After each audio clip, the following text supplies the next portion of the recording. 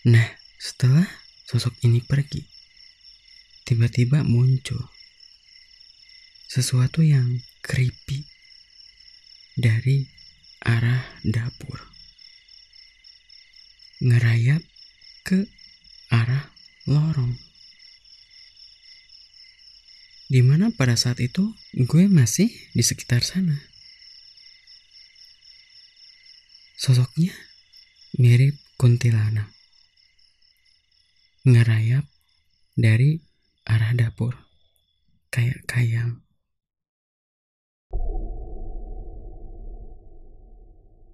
Oke, kali ini gue bakal share cerita horor tentang panti asuhan yang dimana pernah mengalami kebakaran hingga menyebabkan satu anak panti tewas di insiden ini karena terjebak di dalam kamar. Dan sepeninggalnya, sosok yang menyerupai dia selalu ada menemani anak-anak lain di panti ini. Cerita bakal berfokus pada orang yang bernama Rani. Dia adalah anak panti yang sebelumnya telah diadopsi, kemudian berkunjung kembali ke sana setelah beberapa tahun lamanya. Berikut cerita rumah panti.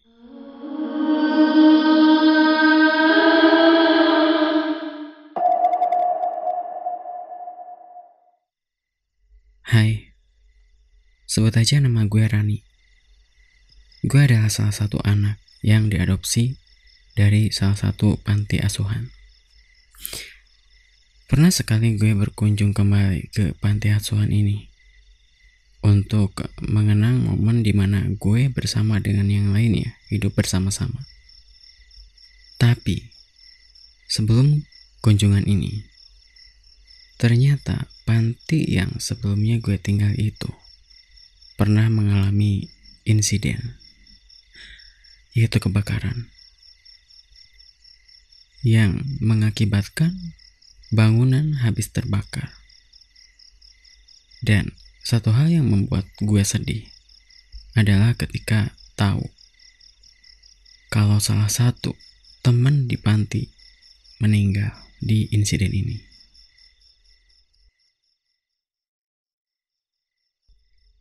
Singkatnya, gue kesana tanpa tahu apapun dengan kejadian sebelumnya. Tapi merasa ada yang baru. Ternyata panti ini berubah total bangunannya. Yang sebelumnya hampir 80% bangunan itu adalah kayu, sekarang berubah menjadi rumah berbatu bata. Hari pertama, gue menginjakan kaki lagi ke tempat ini. Dan gue disambut sama ibu panti yang baru. Dan setahu gue, ibu panti yang ngurus dulu itu udah meninggal. Ibu panti baru ini ditemenin sama salah satu yang dulu pernah bareng di panti ini sama gue. Namanya sebut aja Aini. Sekarang ini umur dia hampir sama kayak gue, cuman selisih beberapa bulan aja. Sebelumnya orang-orang panti ini enggak cerita mengenai apa yang terjadi dengan bangunan panti sebelumnya. Yang gue tahu, bangunan ini udah benar-benar berubah total.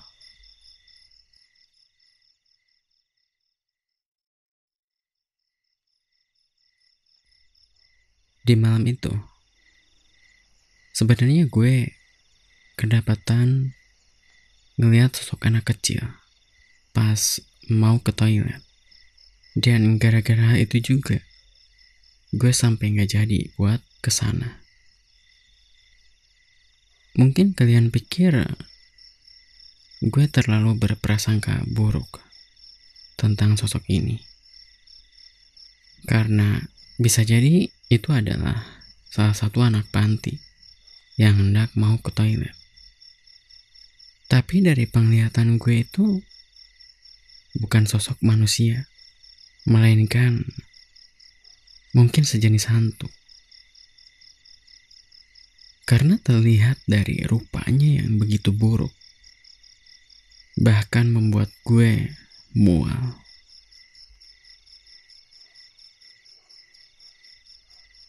Jadi, posisi bangunan itu kamar-kamar di pinggir, kayak lorong. Dan bagian dapurnya ada di ujung lorong. Tepat di dapur ini ada 2 buah kamar mandi, yang dimana 2 kamar mandi ini untuk keperluan anak-anak panti. Nah, sebelum gue tidur, biasanya gue tuh cuci kaki dulu, karena dari dulu sama ibu panti itu selalu disuruh. Ya, jadi keinget sampai sekarang. Sebenarnya firasat gue udah gak enak, tapi gue abaikanlah firasat itu. Pada waktu itu gue tidur bareng si Aini, yang posisi ruangannya itu ada di dekat ruang tamu, area-area depan gitu. Gue keluarlah dari kamar menuju ke kamar mandi. Nah, pas sampai di ujung lorong di dapur, gue ngeliat ke sebelah kanan. Ada sosok anak kecil yang sebelumnya gue bilang mukanya hancur, kayak luka bakar, dan mengeluarkan bau gak sedap. Area rahang dan daerah bagian kening itu kelihatan tulang tengkoraknya. Pokoknya keadaannya tuh kayak daging busuk. Sampai sebelah matanya itu kelihatan bola matanya benar-benar bulat. Karena gue tahu itu bukan manusia, ya akhirnya gak jadi ke toilet. Balik lagi lah ke kamar. Mungkin saya ini peka sama apa yang terjadi, dan mungkin dia juga tahu sebenarnya. Tapi gue gak bilang apa-apa, karena takutnya membuat anak-anak itu ketakutan. Singkat waktu, besok hari pagi-pagi gue sama Aini bantu-bantu masak buat nyediain makan anak-anak panti. Pas siang sih keadaan panti ceria ya, gak kayak apa yang gue alami semalam. Dari situ gue berjanji untuk bungkam tentang yang terjadi, karena gue takut senyuman di anak-anak ini menjadi berkurang gara-gara keadaan panti yang tidak nyaman untuk ditinggali menurut gue.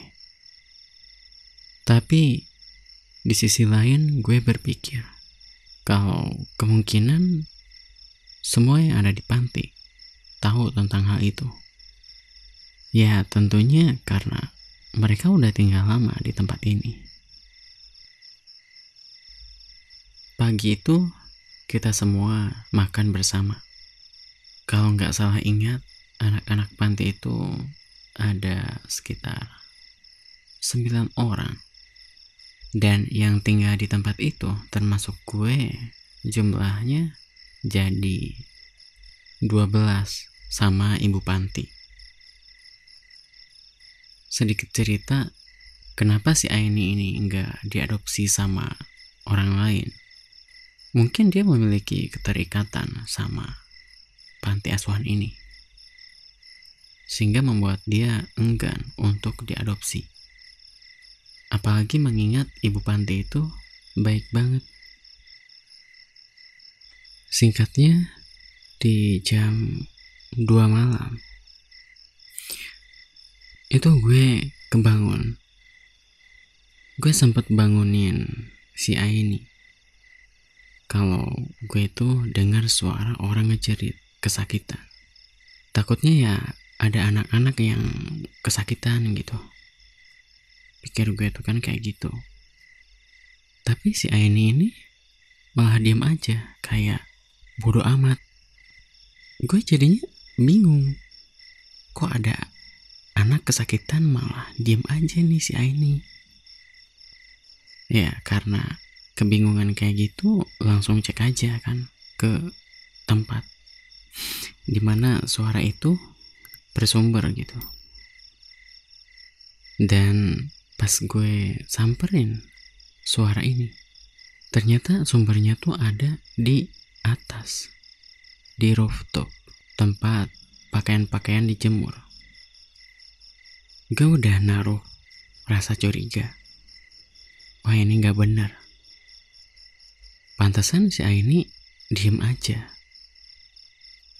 Tapi karena sedikit penasaran, gue naik ke tangga pelan-pelan dan ngintip di balik pintu. Suara ini masih ada, cuman gak ada siapapun di atas. Pada saat itu bulu kuduk berdiri semua.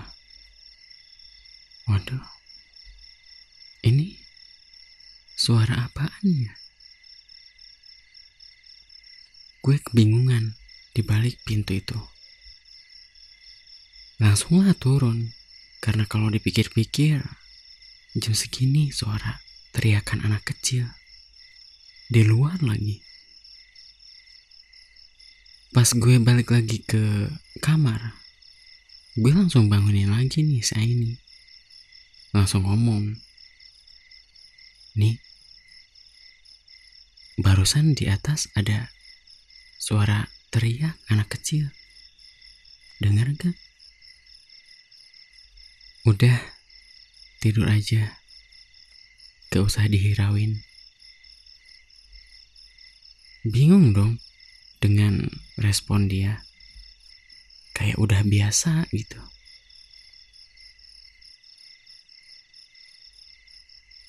Singkatnya, gue bangun pagi, rutinitas mungkin kayak biasanya. Masak, nyiapin makanan buat anak-anak, terus beres-beres rumah juga. Tapi pas waktu itu agak ada yang aneh juga, kayak bau gosong. Padahal kita tuh nggak lagi masak apa-apa. Itu kejadiannya pas sore. Ini bau gosong di mana? Ya, gue mikir positifnya mungkin ada yang lagi masak tetangga sebelah. Tapi bau gosongnya bukan kayak bau gosong makanan. Tanpa pikir aneh-aneh, gue lupain dah. Soalnya kalau diinget-inget kejadian kemarin-kemarinnya dan yang semalam itu, mungkin aja hal itu adalah salah satunya kejadian janggal di panti asuhan ini. Terus kejadian yang berikutnya ini bareng sama si Aini. Pas waktu itu kita berdua ngobrol di ruang tamu. Gak terlalu malam juga, mungkin sekitar jam 11-an. Anak-anak udah pada tidur semua. Kita ngobrol ngalor ngidul, ngomongin tentang masa lalu kita pas waktu kecil. Di saat kehabisan topik, sepi tuh kan. Gak ada suara. Palingan cuma suara jam doang. Tiba-tiba ada suara langkah kaki. Datangnya dari ini arah tangga yang mau ke rooftop. Dan anehnya, ini tuh dibarengi sama suara tangisan. Tangisan kayak takut akan sesuatu, kayak lagi dikejar-kejar.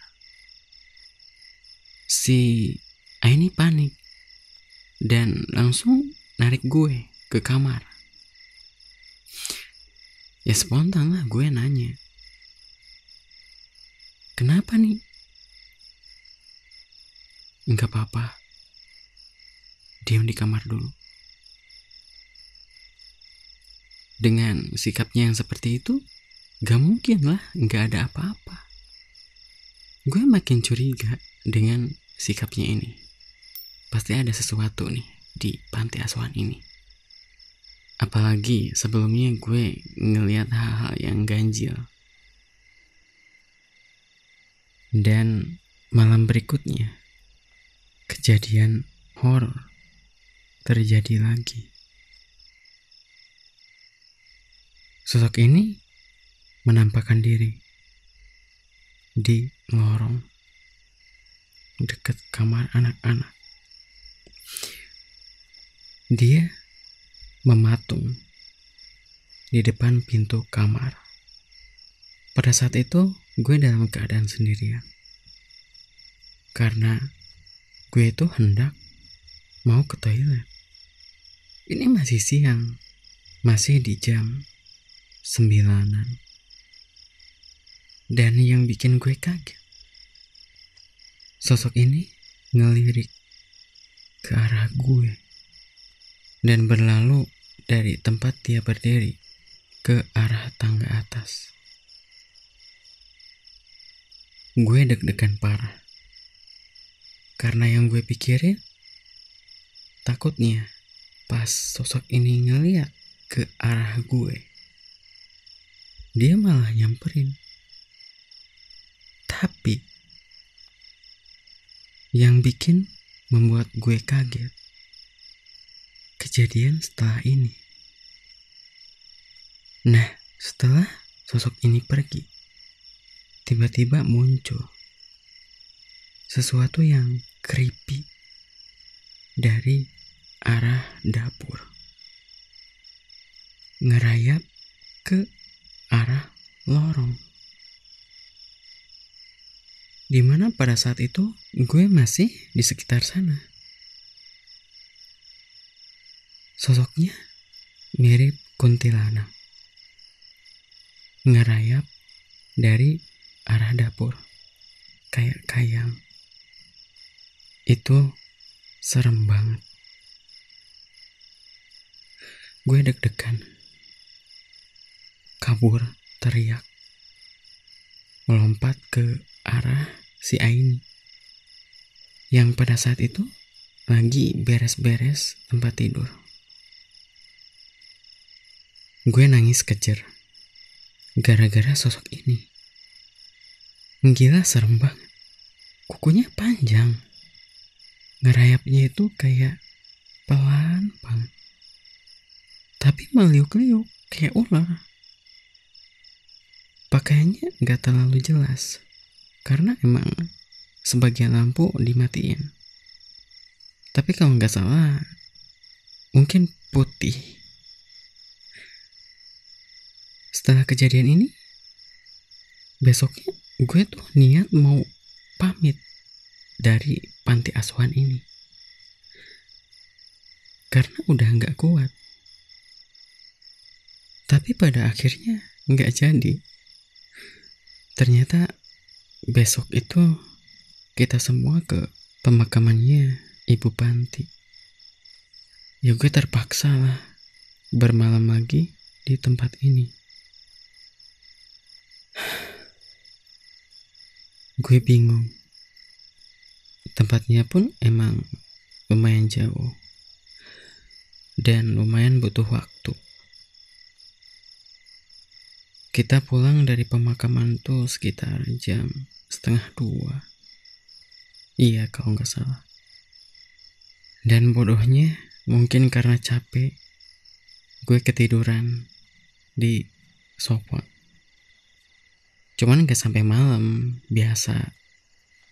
Bangun sekitar jam 3:30. Malamnya, gue didatangi langsung Waktu itu gue barengan sama si Aini di kamar. Itu sekitar jam 8, mungkin jam setengah 9. Nah, tiba-tiba salah satu anak panti itu manggil Aini buat antar pergi ke warung karena ada sesuatu yang harus dibeli buat besok. Biasalah mungkin anak-anak sekolah. Di saat itu gue di kamar ini sendirian. Emang ada anak-anak sih, cuman di kamar deket lorong. Gue tunggu tuh si Aini balik tanpa khawatir akan sesuatu. Nah, pas selama nunggu, tiba-tiba pintu kamar ada yang buka. Kirain tuh si Aini habis balik dari warung. Ternyata bukan. Pintu ini dibuka, ditutup beberapa kali. Kenceng banget. Pokoknya harusnya sih kedengaran ya. Sama anak-anak juga. Cuman entah kenapa mereka itu diam. Seakan itu hal biasa. Ada satu waktu, pintu ini terbuka lebar. Dan sosok yang sedang berdiri di balik pintu itu. Ternyata sosok yang gue kenal. Dia adalah sosok anak laki-laki yang hidup bersama di panti asuhan ini dikala gue belum diadopsi. Gue kaget. Gue pikir semuanya udah dapat orang tua asuh. Ternyata ini toh yang selama ini ngajak main gue tiap malam. Dia teman gue. Habis balik si Aini, gue minta penjelasan dari dia. Apa yang terjadi di panti asuhan ini? Dia secara garis besar cerita kalau panti itu pernah kebakaran gara-gara suatu hal. Tapi enggak dia sebutin itu gara-gara apa. Intinya kebakaran ini bikin salah satu teman gue itu terjebak di kamar atas. Dulu panti asuhan ini ada 2 tingkat, tapi masih bangunan kayu. Nah, teman gue ini terjebak di kamar yang atas pas dia lagi tidur. Namanya juga malam waktunya tidur. Cuman dia ini punya kebiasaan tidur di mana aja. Giliran ada kejadian kebakaran itu, dia telat tertolong karena terpisah dengan anak-anak lain. Pantesan tiap malam ngajakin gue main. Ternyata teman lama toh. Besoknya gue pulang dan belum pernah menginjakan kaki lagi ke panti asuhan ini sampai sekarang.